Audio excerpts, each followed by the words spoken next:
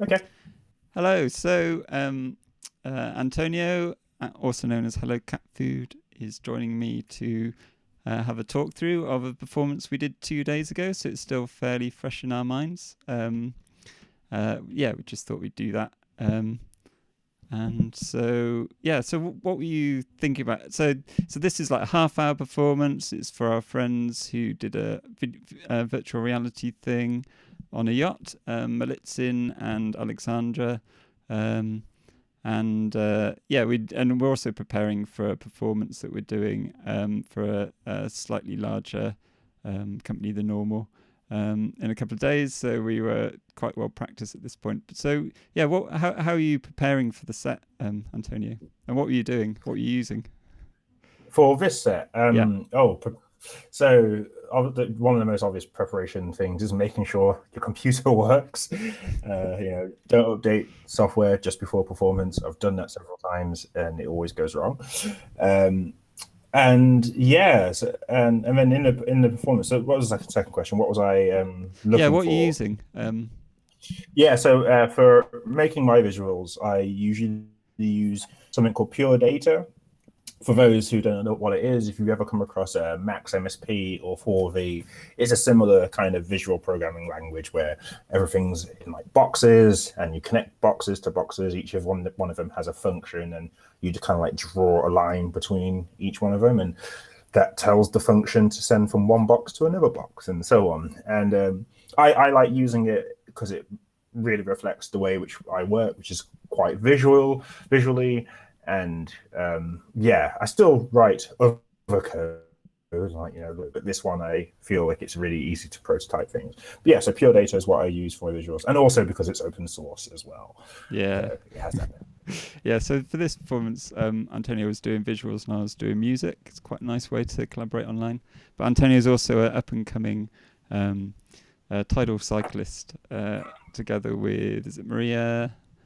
Yeah, Maria Vitek. Yeah, We're both based in Birmingham in the UK. yeah. Um, so should we just start playing it and see what we feel about?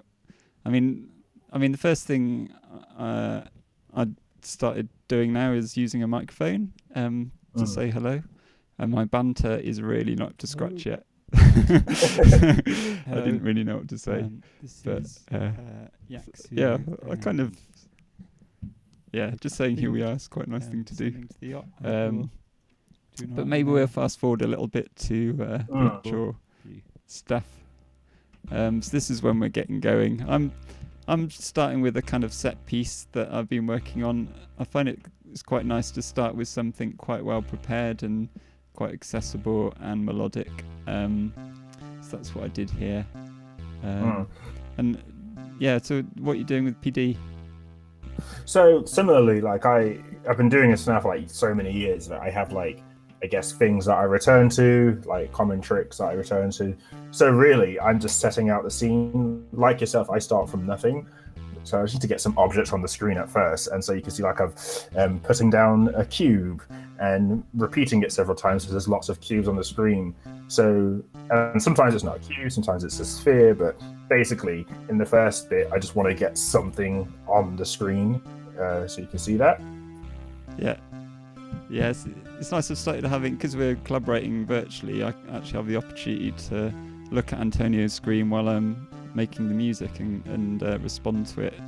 Because normally when audio and visual artists are collaborating, the visualist loses out a bit because the musician's looking at their screen and not seeing the visuals, which might even be projected behind them. So yeah, a positive thing about this lockdown is that I've got to see more of Antonio's visuals when I'm performing, rather than a couple of days later when I look at the video recording or whatever. Yeah. So this is quite a simple thing I'm building up from. It's just like 4 notes, but layering up sort of a canon structure where it's adding numbers and subtracting numbers from that, going up and down, I think by what's called a fifth. I'm not very musically trained, but offset by a quarter cycle. And it's nice starting very simple, just 4 notes, and gradually layering up transformations, because you kind of take people with you. You kind of say, this is what I'm working with, and then you gradually layer up these different transformations, and take, I think, rather than just blast them with something fully made, actually just taking them through, even though it's something that it's a set piece, as I say, so I know what's more or less what's going to happen. It's still nice gradually starting from nothing and gradually building up the complexity. So now those sort of rhythmic elements are coming in. And I've got a bit of a clap there with some lock delay. So by lock I mean where it says delay T 1/6, that's 1/6 of a cycle. So it's kind of in time with CPS. So you've got a few cubes now. Yeah, and in fact, I just want to say something about what you're saying there about building up a set. So I like using Pure Data because, of course, I've used things like Hydra as well, and that's a really great piece of software. But what I like about using Pure Data is that, and working with it from nothing, is that you're basically seeing, like, it's like Lego blocks just building up and up and up. So you're seeing it being constructed. And I know that sometimes it can be a bit scary because, at least with visuals, in discussions that I've had, some people feel like they need to have things changing all the time and like moving at all points and all times. And it's like, no, you can take it really slowly. And sometimes that is interesting to see something building up very slowly. So yeah, I like that. As well as your music being quite bare bones at this point, so are the visuals. Yeah. And you know, and it will like both will get more complex. Not that complexity is the main goal here, but they'll both get more complex, and you're on that journey with us. Yeah. I guess sometimes with visualists, it can feel like the visuals are sort of dancing to the music, but I didn't feel like that was the case with this set. Were you using any kind of audio input, or? No. In fact, there was recently a big discussion about like audio reactive visuals. I used to do a lot more, so like taking in the amplitude of someone's music and using it to change the shape, change the size of a shape, so it gets bigger as the bass is bigger and smaller. I used to do that, but I'm performing and I don't want to like lend everything off to automatic performances. But then, so I never really use audio reactive. That's just a personal thing. It works for some people, not really for me. But with regards to like, you're saying that it doesn't really match. I think because we've been performing together now probably like 4 years. Yeah. Not like every single algorithm, but we've done a lot of algorithms. So I sort of have a sense of how your music builds up. And so I can, I know when to take my time and when to just like really ramp it up, because it's familiarity really, just like you get with code. I'm a lot more familiar with what you do. Yeah. I didn't mean that they don't match. It's just interesting to find different ways of matching apart from just direct one thing dancing to the other thing or vice versa. It's nice to have that shared shape shapes the performance really in terms of intensity and everything, and that does. I usually try and match the mood rather than like exactly what's happening. So if the mood of the music is very down tempo, ambient, then I'll try and match that. Whereas if it's very frantic, I try and match that rather than like a one-to-one translation of there's a beat, there's a shape. Yeah. One thing I've noticed when listening back to this kind of performance is that I'm really focused on powers of two. So in terms of pacing the change, because it's basically dance music, it fits that kind of techno, kind of anticipation of a change when you hit that 8th repetition, you want to hear that thing change. And I kind of feel that all the time when I'm live coding in this kind of situation, just kind of sometimes racing to meet that deadline. Like if there's something's been playing 16 cycles, I really kind of feel that as a pressure building up and then pressure for change. So here I probably, if you count the number of cycles between starting and dropping out that kind of canon melody, it'd probably be a power of 2 or certainly an even number.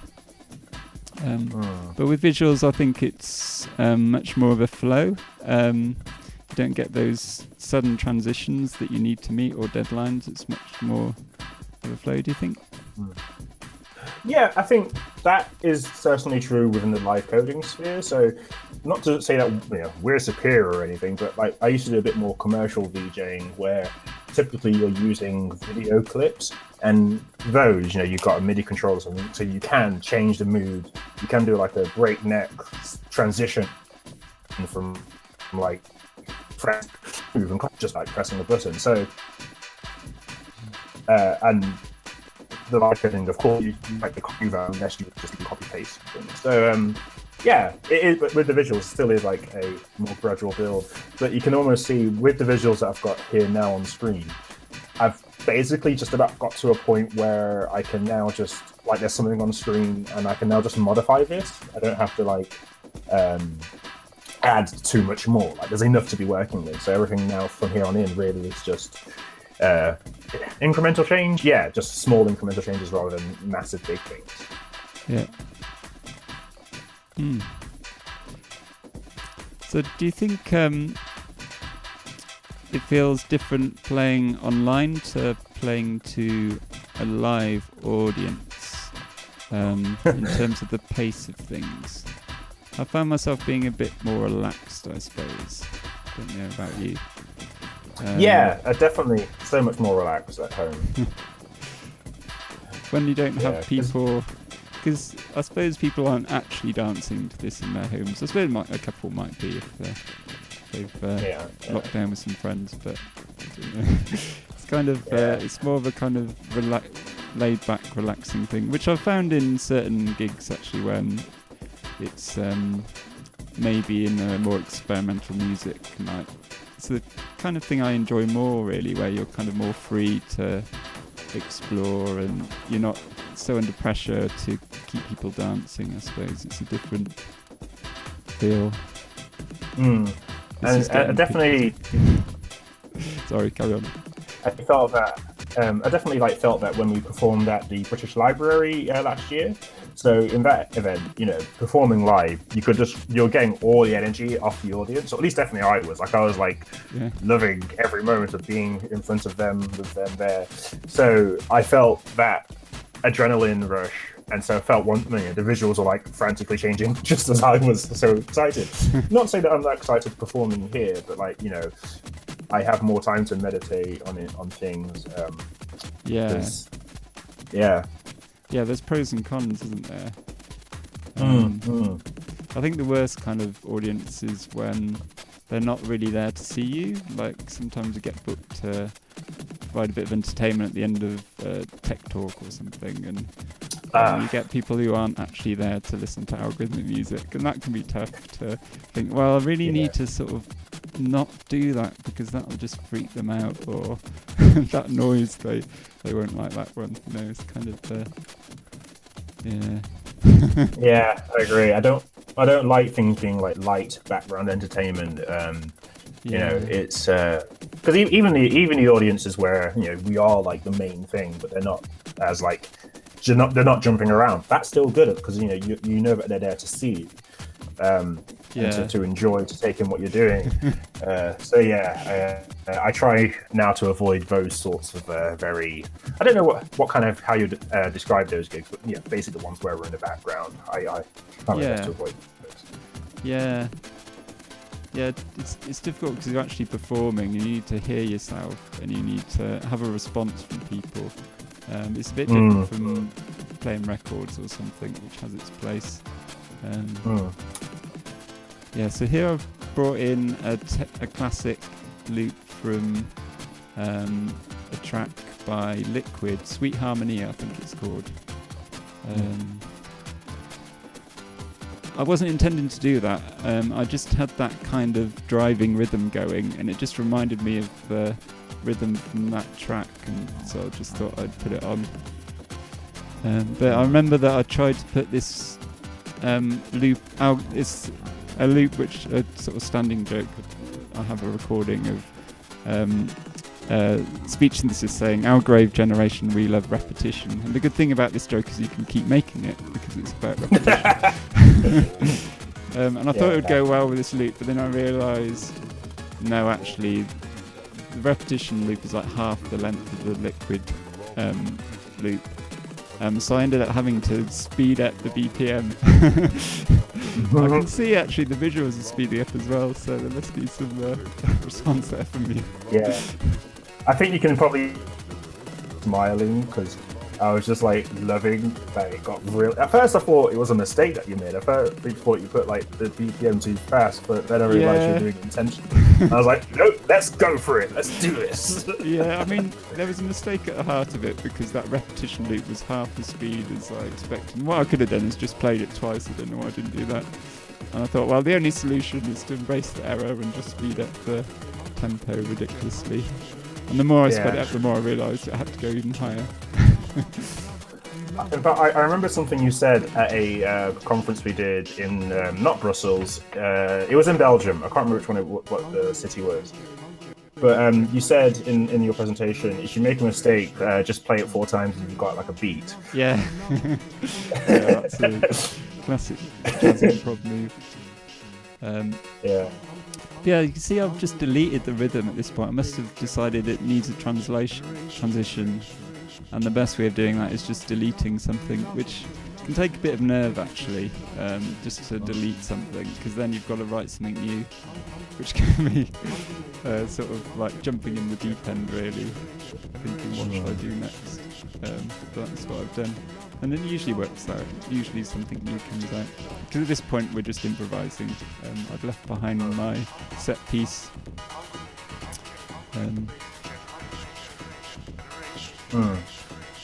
And as well, this is another thing, one of those things where it's familiarity with like an artist. So even I could sense here that like there's going to be a transition period coming up because you just use all that code. So I could pretty much like let something just keep rolling. Yeah.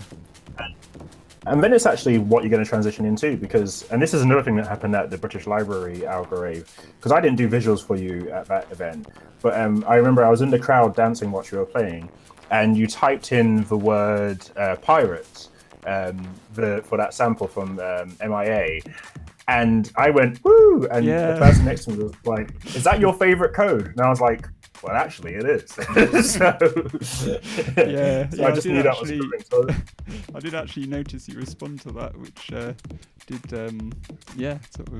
was nice to have. So compelled me onwards. So for here, like, sorry, that's good. But here I'm noticing that I'm missing some samples. I've typed it wrong there. It should be mid-wob, but I hadn't loaded some samples, so that was another error coming up. So I had to go into Super Collider and load the samples that I've forgotten to sample to add. Eventually I noticed this. But yeah, while it's loading, there's just silence, which I hadn't anticipated. One moment, wait for it. But I think people like that kind of thing, right? People respond to errors. It kind of gives it a live feel. Yeah. And if you were to go back and watch the chat for this performance, the people were like, the ones that were typing, they were loving it. They liked the, I guess I'm going to summarize like the liveness of it. Yeah, it's there, it's happening. Something real and live is happening. Yeah, even if you have to stop and reboot for 5 minutes, people won't mind. People just enjoy the moment and cheer when it comes back, when you get that gabba kick, whatever it is, running again. It looks like. Oh yeah, and then Mike on the chat made a joke about how I should use Bev, so because I always do, and then I thought I did. I may as well. But then I noticed that I've actually made an error. I only noticed this watching it back, that I made this a 7-step sequence, which is a bit of a no-no for techno. It should be 8. Because I've broken down 1 step into 2, but then not noticed that I've ended up with 7. And I don't notice at all, actually. But it doesn't seem to matter. It just gives it a sort of off-kilter feel.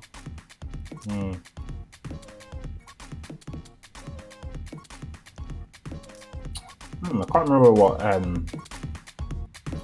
happens here. I think I just get a bit carried away with Beverly Craven sample, which is Promise Me.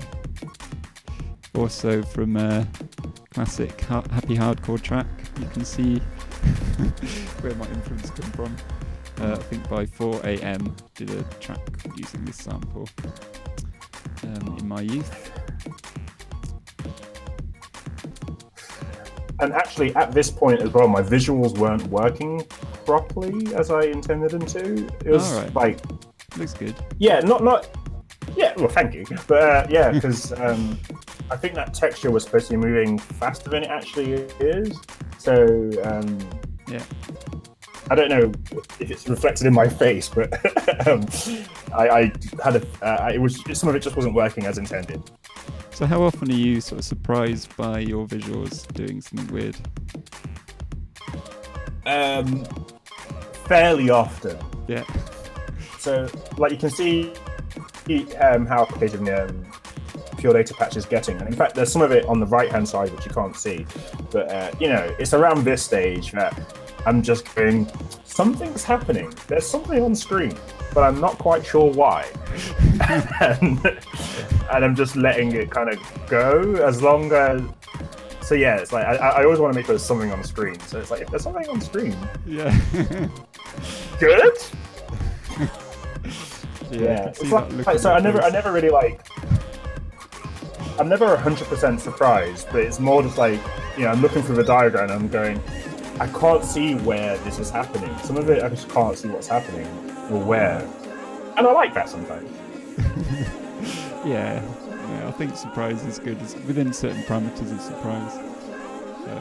As long as you can still change it and anticipate kind of what's going to happen when you do that, I think that's okay. Yeah. So this is a classic way of making a change, is just drop it down to one thing and put loads of reverb on it. And then delete it.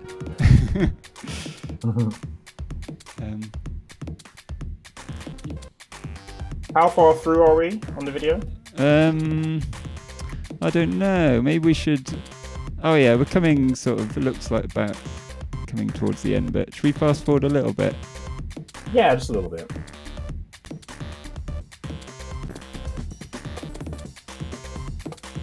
So this is messing around with kind of bassy sample and slicing up a break on top.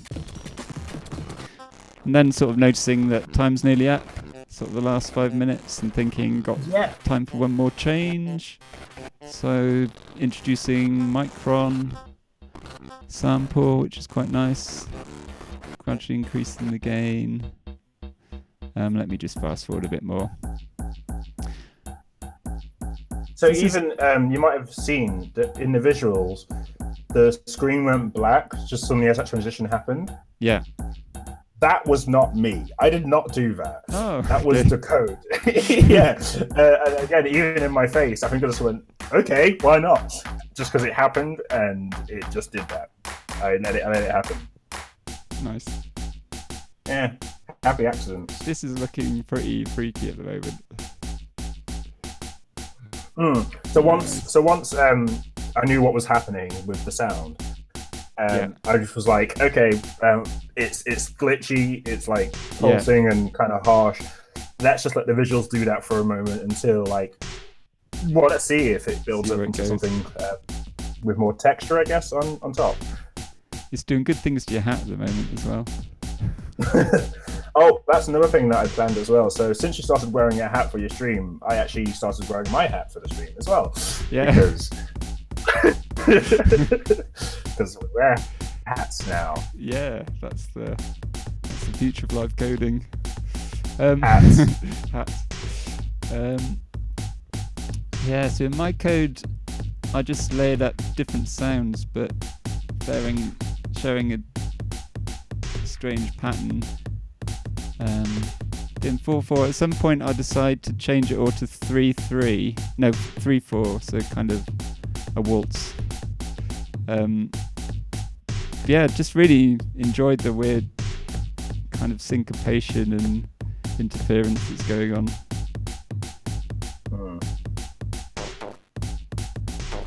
Yeah, I really like this as well.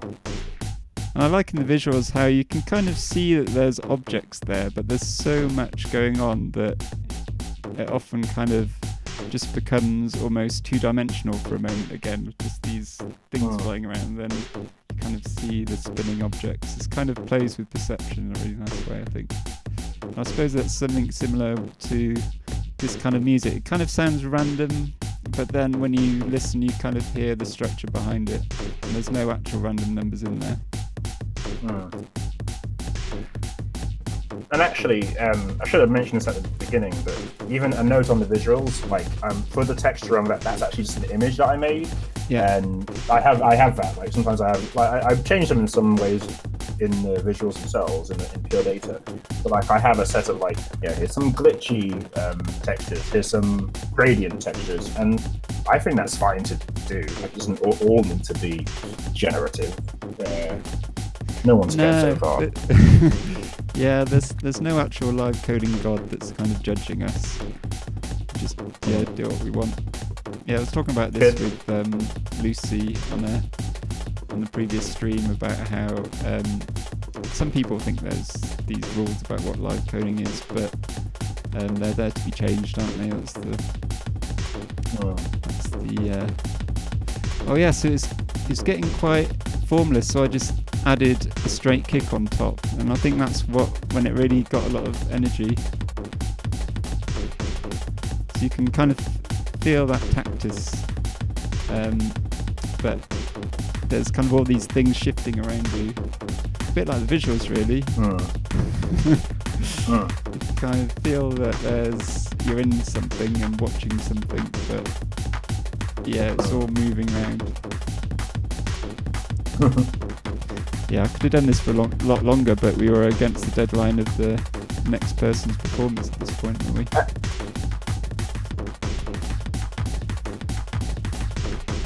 And yeah, that's what. I mean, I really it was. I was surprised. I guess it's the time. Can you repeat that? What you were surprised by? Because the. Oh yeah. Sorry. Yeah, I was just when it stopped, when the performance stopped, it was just a sudden surprise because I thought we had longer, or I wasn't really keeping track of time. Because I really liked what was happening here. I feel it could have got like just really like jungle kind of inspired glitchy stuff, but it just stopped. Yeah. Yeah, there wasn't really time to conclude in a satisfying way, so just sort of pushed it as far as it could go and then just stopped, I think, as far as I remember. Okay, so I think we're coming near the end of... Yeah, I just dropped in some more copyrighted material. I'm sure YouTube will identify this at some point. Just to give it some kind of conclusion, and then that was it. Okay. This has actually been really fun. It's nice to actually reflect on a performance. And as I say, as audio-visual collaborators, there's not much exchange that goes on. So maybe we should do this as a thing. There I made the banter again. Yeah, I've enjoyed this just because I don't think we've actually ever had a chance to just talk about how we've collaborated. So yeah, hopefully other people can do it too as well. Cool. All right, so should we say goodbye to the people then? Yeah, let's say goodbye to the people. And thank you, Alex, for having me on this chat. And see you on the TidalClub website. Yeah. Okay. Cheers. Bye. All right then.